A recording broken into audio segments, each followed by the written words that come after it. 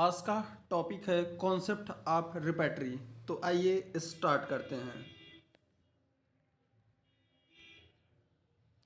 सबसे पहले इंट्रोडक्शन। तो रिपेटरी एक ऐसा प्लेस होता है जहाँ पे इंफॉर्मेशन को स्टोर किया जाता है एंड कैटेगराइज्ड किया जाता है ताकि थिंग्स को मोर इजली वे में हम लोग फाइंड आउट कर सकें। और यह एक कंप्रहेंसिव इंडेक्स होता है अथवा रेफरेंस बुक होता है जहाँ पे वेरियस सिम्टम्स को देयर करस्पॉन्डिंग रेमेडीज के साथ में दिया गया होता है। और यह अप्रोच होम्योपैथ को सहायता प्रदान करता है किस चीज़ में, मोस्ट सुटेबल रेमेडी को प्राप्त करने के लिए जो कि पेशेंट के स्पेसिफिक सिम्टम पर बेस्ड होता है। फिर आइए देखते हैं डिफिनीशन। तो यह लैटिन वर्ड रिपर्टोरियम अथवा रिपेटायर से और फ्रेंच वर्ड रिपर्टोयर से बना होता है। इसका मीनिंग क्या होता है? तो यह एक इन्वेंटरी, एक इंडेक्स होता है, एक सूची होता है, एक टेबल होता है अथवा कंपेडियम होता है। कंपेडियम का मतलब होता है संग्रहालय, जहाँ पे चीज़ों को संग्रहित किया जाता है, जहाँ पे थिंग्स को इस प्रकार से अरेंज किया जाता है कि हम मोर इजली वे में उसको फाइंड आउट कर सकें। और यह systematically and logically arrange index होता है जिसमें कि होम्योपैथिक मटेरिया मेडिका का शॉर्ट वे दिया हुआ होता है। और जो यह इंफॉर्मेशन होता है वह कलेक्ट किया जाता है कहाँ से? फ्रॉम टॉक्सिकोलॉजी से, ड्रग प्रूविंग से एंड क्लिनिकल एक्सपीरियंस से। अब आइए देखते हैं नीड ऑफ रिपेटरी। रिपेटरी की आवश्यकता क्यों पड़ी? तो जैसे जैसे होम्योपैथिक मटेरिया मेडिका का वैल्यूम बढ़ता गया एंड रेमडीज मल्टीप्लाइड होती गई, वैसे वैसे हमको एक ऐसे इंडेक्स की आवश्यकता हुई जो कि मटेरिया मेडिका को आसान वे में कर सके और हम लोग सिमिलिया तक पहुंच सकें। इस क्रम में हम लोग देखते हैं 1805 में 27 ड्रग के बारे में जानकारी थी, 1901 में 1600 ड्रग के बारे में जानकारी थी जिसमें 1300 प्रूव्ड थी, 1955 में 2000 ड्रग के बारे में जानकारी थी जिसमें 1500 प्रूव्ड थी, 2001 में 4200 ड्रग के बारे में जानकारी थी जिसमें 2227 वेल नोन थी एंड 2004 में 4497 ड्रग के बारे में जानकारी थी जिसमें 2393 वेल नोन थे। बात करते हैं आज के सिनेरियो में, तो लगभग 5000 ड्रग के बारे में हम लोगों को जानकारी है। तो इन सब ड्रग को याद कर पाना बहुत ही मुश्किल काम है। तो इसके लिए हमको ऐसे इंडेक्स की आवश्यकता पड़ी जो कि मटेरिया मेडिका को बहुत ही आसान तरीके में समझाने का प्रयास कर सके और सिमिलिया तक पहुंचाने में हेल्प कर सके। क्लासिफिकेशन के बारे में बात करते हैं तो 9 प्रकार की रेपेटरी के बारे में हम यहाँ बताएंगे। पहला बेस्ड ऑन फिलोसफिकल कॉन्सेप्ट, जो कि फिलोसफिकल कॉन्सेप्ट पे आधारित होता है। इसको हम दो भागों में विभाजित किए हैं। पहला general to particular deductive logic पे जो आधारित होता है और दूसरा पार्टिकुलर टू जर्नल जो कि इंडक्टिव लॉजिक पे आधारित होता है। तो पहला वाला deductive logic general to particular, example के बारे में बात करें तो सबसे फेमस रिपेटरी कैंट की रिपेटरी आती है, synthetic repertory, synthesis repertory, Lippe's repertory, Murphy repertory, complete repertory. यह सब रिपेटरी क्या होता है? General to particular symptom based होते हैं जो कि डिडक्टिव लॉजिक पे बेस्ड होता है। दूसरा इंडक्टिव लॉजिक जो कि पार्टिकुलर टू जर्नल होता है। तो इसमें बीटीपीबी, बीबीसीआर, सिनेप्टिक की note materia medica by Boger दी हुई होती है। एंड दूसरा प्रकार का रिपेटरी प्रोटियन ग्रुप की रिपेटरी है जिसको कि हम लोग कंकॉर्डेंस रिपेटरी के भी नाम से जानते हैं। यह किसी भी फिलोसफिकल बैकग्राउंड पे आधारित नहीं होती है and this is not used in systemic repertorization and इसका केवल पर्पस होता है एक रेफरेंस रिपेटरी की तरह।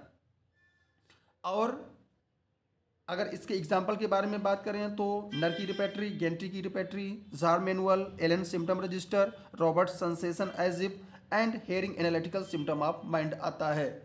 तीसरे में क्लिनिकल रिपेटरी, इसको हम फिर दो भागों में विभाजित करेंगे। पहले भाग में कवरिंग होल ऑर्गन अथवा बॉडी होता है और दूसरे में केवल पार्ट ऑफ द बॉडी होता है।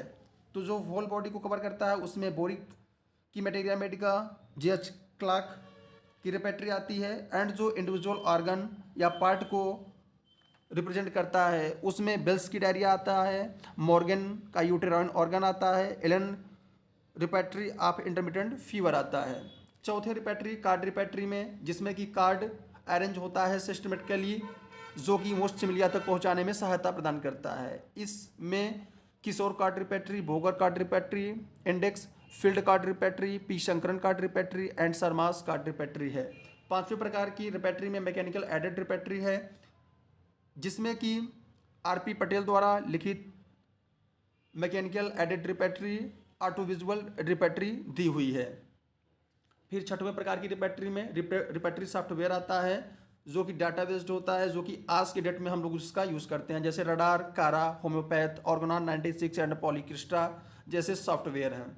सातवें प्रकार की रिपेट्री में ड्रग बेस्ड रिपेट्री है, जिसमें कि index to the symptoms of certain group of the remedies. ठीक है, इस प्रकार इंडेक्स दिया जाता है कि जहाँ पे सर्टेन ग्रुप ऑफ रेमडीज का सिम्टम दिया हुआ होता है। एग्जाम्पल के बारे में बात करें तो Julian's materia medica of nosode with repertory and और repertory of the bowel nosode by Murphy Feldman and repertory of the biochemic remedies by doctor S R Pathak and और repertory of homeopathic nosodes are code by Berkeley square दी हुई है। आठवें प्रकार की रिपेट्री में thematic रिपेट्री आती है on the basis of certain themes. यह सर्टन थीम्स पे बेस्ड होता है, जैसे कि एग्जांपल में थीमेटिक रिपेट्री ऑफ जे मेरेली। कैसा थीम होता है, जैसे कि फॉर सेकेंड की थीम हो गई, रिलीजियस की थीम हो गई, तो इस प्रकार की थीम इसमें आता है। नौवें प्रकार की repertory symptoms faced repertory, symptom faced repertory. इसमें क्या होता है, group of symptom that belong to a particular category. ठीक है, ग्रुप ऑफ सिम्टम होते हैं जो कि पर्टिकुलर कैटेगरी से बिलोंग करता है। एग्जाम्पल में पल्स रिपेट्री बाई AB हॉवेल। अब हम लोग आगे बढ़ते हैं, देखते हैं ईयरली रिपेट्रीज में। तो सबसे पहले रिपेट्री के क्षेत्र में 1805 में हमारे father of homeopathy doctor Hahnemann sir लेके आते हैं। 1805 में फ्रेगमेंटा डिविरिबस मेडिकामेंटोरम पॉजिटिविस सिव इन सेनो कार्पियरो ह्यूमनो ऑब्जर्वेटीज, जो कि डॉक्टर हैनीमैन सर द्वारा दिया गया, जो कि फर्स्ट इंडेक्स के रूप में, अथवा हम इसको रिपेट्री बोल सकते हैं, हम लोगों के सामने आया। इसी क्रम में वे 2 रिपेट्री और लेके आए, जिसमें थोड़ा यहाँ पे ईयर का मिसप्रिंट है। 1814 के स्थान पे 1817 और 18 होगा, जहाँ पे उन्होंने शॉर्ट रिपेट्री दिया, जिसका नाम था सिम्टम डिक्शनरी, जो कि लैटिन में दिया हुआ था। फिर 1828 से 1829 में रिपेट्री in German doctor Hahnemann sir ने दिया। फिर 1829 में डॉक्टर ग्रास द्वारा एक रिपेट्री दी गई। 1830 में डॉक्टर रुकट के द्वारा सिम्टम रिपेट्री दी गई। एंड 1832 में रिपेट्री ऑफ एंटीसोरिक, जो कि डॉक्टर बोनिंग हसन द्वारा दिया गया, जिनको कि फादर ऑफ रिपेट्री कहते हैं, उनके द्वारा दिया गया। फिर 1835 में सिम्टम रिपेट्री, जो कि डॉक्टर चार के द्वारा दिया हुआ, वह दिया हुआ है। उसके बाद फर्स्ट रिपेट्री के बारे में चर्चा करें, इसके पहले हम बताना चाहेंगे कि डॉक्टर हैनीमैन सर ने डॉक्टर जार को बोला था कि वे एक ऐसी सूची, ऐसी इंडेक्स बनाएं जो कि मटेरिया मेडिका को बहुत ही आसानी में समझने का सहायता प्रदान कर सके, को समझने में सहायता प्रदान कर सके, जिससे कि मोस्ट सिमिलिया पे हम लोग बहुत ही सिंपल वे में पहुंच सके। लेकिन जार सर किसी अपने काम में व्यस्त हुए थे उस समय, तो उनके स्थान पे बाद में डॉक्टर बोनिंग हसन सर ने रिपेट्री के क्षेत्र में अभूतपूर्व काम किए, जिसके कारण से उनको फादर ऑफ रिपेट्री से के नाम से जाना जाता है। अब फर्स्ट रिपेट्री के बारे में चर्चा करें, जो कि 1805 में डॉक्टर हैनीमैन सर ने दिया, तो उसका नाम है फ्रेगमेंटा डिविरिबस मेडिकामेंटोरम पॉजिटिविस सिव इन सेनो कार्पियरो ह्यूमनो ऑब्जर्वेटीज। इसमें कितने पार्ट थे, तो इसके 2 पार्ट थे। पहले पार्ट को पार्ट्स प्राइमा कहते हैं, जिसमें कि सिम्टम्स था, 27 ड्रग के बारे में जानकारी दी हुई थी। एंड सेकंड पार्ट सेकेंडा था, जिसमें कि इंडेक्स था, जिसमें कि totality of the symptom alphabetical order में दिया हुआ था। उसके बाद father of repertory doctor Boenninghausen के बारे में बात करें, तो 1832 में repertory of the antipsoric medicine आई, 1835 में repertory of the non antipsoric medicine आई, एंड 1836 में relative relationship of homeopathic medicine आई। एंड रिपेट्री के क्षेत्र में BTPB बहुत ही इसका अभूतपूर्व योगदान रहा। एंड जो बोनिंग हसन जो मेथड था रिपेट्री का, वह डॉक्ट्राइन ऑफ ग्रैंड जनरलाइजेशन पे आधारित था। अब आइए देखते हैं रिपेट्री का ऑर्गेनान से रिलेशन क्या है। तो आइए कोरिलेट करते हैं। एफोरिज्म 153 में डॉक्टर हैनीमैन सर बोलते हैं, striking, singular, uncommon and peculiar characteristic sign and symptom के बारे में। और इसी के फुटनोट में डॉक्टर बोनिंग हसन और डॉक्टर जी जार की रिपेट्री के बारे में चर्चा की गई है। अब आइए देखते हैं क्वेटेशन। तो group is a more important than a single symptom no matter how much peculiar it means क्या होता है कि कोई भी सिंगल सिम्टम कितना ही पिकुलियर हो उसको हम लोग उतना इंपॉर्टेंस नहीं देंगे जितना ग्रुप ऑफ सिम्टम को देंगे। किसने कहा? डॉक्टर बोनिंग हसन ने कहा। उसके बाद रिपेट्री एक इसेंशियली इंडेक्स है, एक इसेंशियली इंडेक्स है। किसने कहा?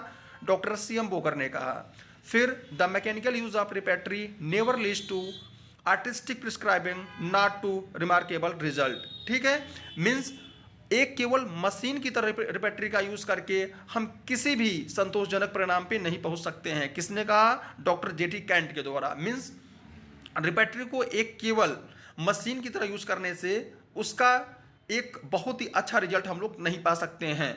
उसके बाद फिर डॉक्टर जेटी कैंट बोलते हैं, our materia medica is so cumbersome without a repertory that the best prescriber must meet with only a different result. Doctor JT Kent फिर से बोलते हैं कि जो हमारी मटेरिया मेडिका ही बहुत ही वास्ट है, कम्बरसम है और बिना किसी इंडेक्स, बिना किसी रिपेट्री के हमको संतोषजनक परिणाम नहीं मिल सकता है। क्योंकि सभी लोग जानते हैं, केवल एलन कीनोट के बारे में बात करते हैं तो उसमें एक जो मेडिसिन है उसको प्रत्येक लाइन किसी को नहीं याद है। ठीक है, तो बहुत सारी मटेरिया मेडिका है और आज के डेट में लगभग 5000 से ऊपर मेडिसिन के बारे में जानकारी हुई है, तो सबके सिम्टम याद कर पाना असंभव है। तो इसके लिए एक ऐसा इंडेक्स, एक ऐसी रिपेट्री की हमको आवश्यकता है जो कि सिमिलिया को फाइंड आउट कर सके। And M L. धवाले साहब क्या बोलते हैं? A tool is a good as the workman who handle it. Means जो एक वर्कमैन होता है वह अगर टूल को अच्छे से हैंडल करता है तो उसका अच्छा परिणाम निकलता है। A bad workman naturally blames his tools when things start going wrong. Means अगर चीज़ें गलत होने लगती हैं तो जो वर्कमैन होता है अपने को दोष न देके अपने टूल्स, अपने औजार को दोष देता है, लेकिन ये गलत बात है। इस प्रकार से रिपेट्री का यूज़ अगर हमको संतोषजनक उत्तर नहीं, परिणाम नहीं मिल पा रहा है, मोस्ट सिमिलिया तक हम लोग नहीं पहुंच पा रहे हैं रिपेट्री से, तो इसमें रिपेट्री की कोई गलती नहीं है, इसमें हमारी गलती है। क्योंकि रिपेट्री को कैसे चलाना है इसको हमको जानकारी होनी चाहिए। किस समय बीटीपीबी, किस समय बीबीसीआर, किस समय कैंट, किस समय मर्फी, किस समय कौन सा रिपेट्री यूज करना है, इसकी जानकारी हमको होनी चाहिए। अब आइए देखते हैं रिपेट्री का स्कोप क्या है। तो सबसे पहले सिमिलम को फाइंड आउट करने में, रेफरेंस बुक के तौर पे, मटेरिया मेडिका को पढ़ने के लिए, कंप्लीट सिम्टम को फाइंड आउट करने के लिए, एंड केस टेकिंग में क्वेश्चन को फॉर्मुलेट करने के लिए, एंड सेकंड प्रिस्क्रिप्शन के लिए, and reference and cross reference क्या करता है? हम लोगों की जानकारी में वृद्धि करता है, जिससे कि मोस्ट सिमिलिया तक हम लोग पहुंच सकते हैं। एंड जो क्लिनिकल रूब्रिक्स होता है एंड पैथोलॉजिकल जर्नल्स होता है वह हमको हेल्प करता है होम्योपैथी को रिलेट करने में मॉडर्न पैथोलॉजी से। एंड जो आज के डेट में मॉडर्न कंप्यूटर है, रिपेट्रीज हैं, हमको हेल्प करते हैं बहुत तेज़ी के साथ में सिमिलिया को फाइंड आउट करने के लिए। जैसा कि अगर प्रत्येक भी चीज़ का स्कोप है तो उसका लिमिटेशन भी होता है। तो लिमिटेशन आइए देखते हैं। लिमिटेशन ऑफ रिपेट्री, तो यह it is a not an end of selecting similimum, यह कोई अंतिम परिणाम नहीं देता है। एक बात हम बताना चाहेंगे कि यह मोस्ट सिमिलिया न देखिए ग्रुप ऑफ सिमिलिया देता है। उसके बाद हमको अपने दिमाग, अपने मटेरिया मेडिका के अध्ययन के आधार पे मोस्ट सिमिलिया को सेलेक्ट करना पड़ता है। और जो डिफरेंट रिपेट्री है डिफरेंट ऑथर के द्वारा बेस्ड है, जो कि डिफरेंट फिलॉसफी पे आधारित हैं। एंड कोई भी रिपेट्री कंप्लीट नहीं है और कुछ रूब्रिक को रिप्रेजेंट नहीं किया गया है सही तरीके से। And only those can use who know to use it. सबसे अच्छी बात यही है, जैसा कि मैंने टूल वाले में बताया था, कि इसका यूज वही कर सकता है जो कि इसके बारे में पूरी जानकारी अच्छे से रखता है। और यह पोटेंसी के बारे में, डोज के बारे में, रिपीटिशन के बारे में नहीं बताता है। एंड इसमें नो सोड को रिप्रेजेंट वेल नोन नहीं किया गया है, मीन्स जो नोसोड हैं उनको सही तरीके से नहीं रखा गया है। एंड लास्ट में है कि रेपेटरी के प्रॉपर यूज़ के लिए हमको materia medica, organon, clinical subject and knowledge of human behaviour होना चाहिए। Thank you.